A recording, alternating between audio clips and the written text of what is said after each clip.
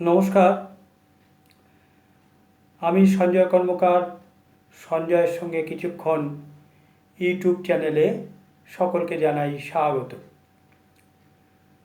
আবার একটা নতুন প্রতিবেদন করব বলে ভিডিও করছি।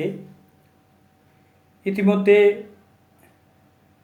আপনারা জানেন যে আজকে শুভেন্দু অধিকারী মনোনয়ন পেশ করেছে নন্দীগ্রাম তার যে কেন্দ্র যেখানে তিনি প্রার্থী হয়েছেন সেখানে তিনি নমিনেশন জমা দিয়েছেন। নির্বাচন কমিশন বিজ্ঞপ্তি জারি করে দিয়েছে। এরপর ধীরে ধীরে বিভিন্ন রাজনৈতিক দলের প্রার্থীরা তাদের মনোনয়ন পেশ করবে। কিন্তু এরই মধ্যে যে খবরগুলো সামনে আসছে সেটা হচ্ছে নির্বাচন কমিশন বলতে গেলে একেবারে তার যে সিদ্ধান্তগুলো সেই সিদ্ধান্তগুলো প্রতিদিন বিভিন্ন পদক্ষেপের মাধ্যমে রাজ্য সরকারকে জানিয়ে দিচ্ছে এবং রাজ্য সরকারের সমস্ত প্রশাসনের খোল নলছে একেবারে বদলে দিচ্ছে। আজকে ডেপুটি সিইও তাকেই বদলি করা হয়েছে, অর্থাৎ তাকেই সরিয়ে দেওয়া হয়েছে। এছাড়া আরও পুলিশ ইন্সপেক্টর, ওসি, বিভিন্ন থানার আধিকারিক, এরকম বেশ কিছু জনকে নির্বাচন কমিশন সরিয়ে দিয়েছে।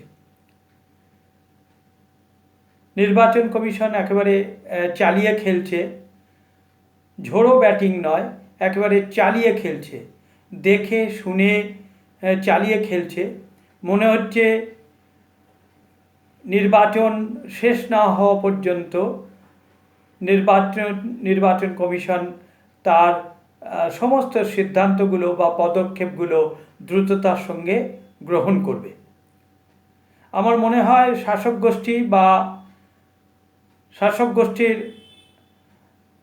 যারা শীর্ষ নেতৃত্ব আছে তারা মনে হয় কল্পনাও করতে পারেনি যে নির্বাচন কমিশন এভাবে সিদ্ধান্ত গ্রহণ করবে এবং রাজ্য প্রশাসনের সমস্ত খোল নলচে বদলে দেবে। Inspector, OC, BDO, WBCS officer, মুখ্য সচিব, স্বরাষ্ট্র সচিব, একে একে সবাইকে যে নির্বাচন কমিশন সরিয়ে দেবে তা মনে হয় কল্পনাও করতে পারেনি শাসক গোষ্ঠীর বা তৃণমূল কংগ্রেসের শীর্ষ নেতৃত্ব। ইতিমধ্যেই কলকাতা হাইকোর্টে কল্যাণ ব্যানার্জি মামলা করেছেন, মামলা লড়েছেন। হাইকোর্ট সে রায় রিজার্ভ রেখেছে। খুব সম্ভবত সেই রায় শুক্রবার দেবে বলে হাইকোর্ট ঘোষণা করেছে। কি রায় দেয় হাইকোর্ট সেটা এখন দেখার বিষয়, সবাই নিশ্চয়ই অপেক্ষা করছে।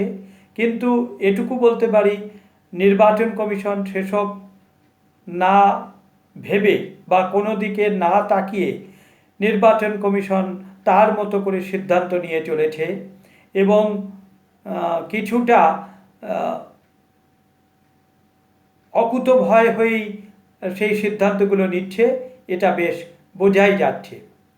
তবে ইতিপূর্বে এর আগে যতগুলো ভোট দেখেছি বা নির্বাচন কমিশনের কর্মকাণ্ড দেখেছি তাতে এত তৎপরতা পশ্চিমবঙ্গ নিয়ে কোনো দিন চোখে পড়েনি। বেশিরভাগ নির্বাচন কমিশনই কিছু কিছু সিদ্ধান্ত নিয়েছে এবং সতর্ক করেছে বা বিভিন্নভাবে তারা পরামর্শ দিয়েছে, কিন্তু এভাবে এক লপ্তে এত অফিসার, এত আধিকারিক, এত পুলিশ প্রশাসনের কর্তা ব্যক্তিদের কখনো সরিয়ে দেয়নি। এবং ইতিমধ্যে সর্বশেষ সংযোজন যেটা হয়েছে সেটা হয়েছে কোনো সিভিক পুলিশ নির্বাচনী কাজে ব্যবহার হবে না বা ব্যবহার করা যাবে না, বা কোনো সিভিক পুলিশ নির্বাচনের কাজে থাকতে পারবে না।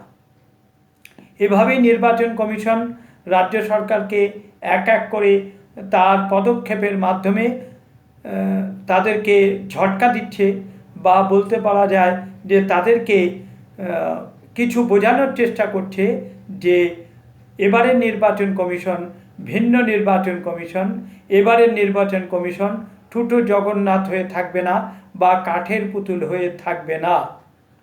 তারা অবাধ, ভয় ভীতিমুক্ত, হিংসামুক্ত, শান্তিপূর্ণ ভোটের জন্য যথোপযুক্ত ব্যবস্থা তারা গ্রহণ করবে, এবং সেই ব্যবস্থা গ্রহণ করতে তারা বিন্দুমাত্র সময় কালক্ষেপ করবে না বা দ্বিধা করবে না। হয়তো শাসক গোষ্ঠী ভেবেছিল যে এসআইআর যদি না হয় বা 30 লক্ষের নাম, 60 লক্ষ ভোটারের নাম যেভাবে বাদ পড়েছে, তাতে হয়তো নির্বাচন কমিশন ভোট ঘোষণা না করে আরও বিলম্বিত করবে এই প্রক্রিয়াটাকে, এবং সময় পার হয়ে গেলে রাষ্ট্রপতির শাসন জারি হবে।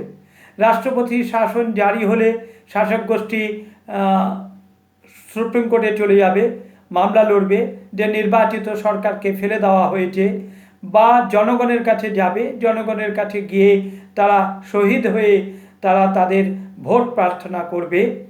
এবং সেই সঙ্গে পশ্চিমবঙ্গের যেসব বিরোধী দল আছে, বিশেষ করে কংগ্রেস, সিপিএম, তারাও মমতার পাশে এসে দাঁড়াবে যে এই সরকার প্রতিহিংসা পূর্ণ সরকার, এই কেন্দ্রীয় সরকার, যে কেন্দ্রীয় সরকার নির্বাচিত সরকারকে ফেলে দিয়েছে। এবং মমতা ব্যানার্জির সহযোগী যারা ইন্ডিজোট আছে, ইন্ডিজোটে যারা আছে, তারাও এর প্রতিবাদ করবে সংসদে এবং সংসদের বাইরে, যে কেন্দ্রীয় সরকার একটা নির্বাচিত সরকারকে ফেলে দিয়েছে অবৈধভাবে বা অন্যায়ভাবে ভোটে জয়যুক্ত হওয়ার জন্য। অর্থাৎ রাজনৈতিকভাবে লড়াই না করতে পেরে অনৈতিকভাবে কেন্দ্রীয় সরকার এই ব্যবস্থা গ্রহণ করছে, কিন্তু সেগুড়ে বালি হয়ে গেছে, রাষ্ট্রপতির শাসন হয়নি, ফলে সুপ্রিম কোর্টে যাওয়ার মতো আর অবস্থা নেই। যা যাচ্ছে তাতে ওই আধিকারিকদের সরানোর প্রতিবাদে সুপ্রিম কোর্ট কিংবা হাইকোর্টের দ্বারস্থ হচ্ছে শাসক গোষ্ঠী। তাতে কোর্ট কী রায় দেয় সেটাই দেখার। তবে নির্বাচন কমিশনের যে নিজস্ব আইন আছে, সংবিধান তাকে যে ক্ষমতা দিয়েছে অবাধ এবং সুষ্ঠু এবং নির্বিঘ্ন ভোট করার জন্য, সেই আইনি বলেই নির্বাচন কমিশন সেই পদক্ষেপ গ্রহণ করছে। এর আগে, বহু বছর আগে, আমরা নির্বাচন কমিশনকে এরমভাবে তৎপর হতে দেখেছিলাম টিএন সেশনের সময়।